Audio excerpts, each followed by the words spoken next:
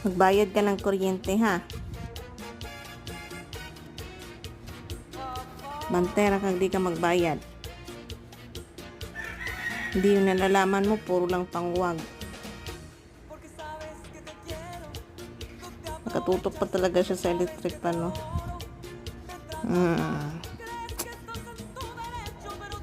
Nandun kasi siya sa ano dito kasi siya sa likod nagtutulog.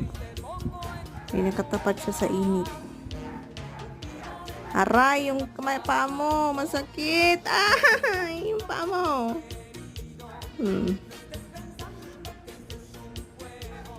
Gugupitan ko yan ng kuko mamaya.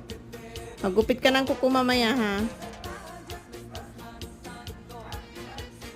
Good boy. Sige, dilaan mo yung ano. Paliguan ko bukas yan.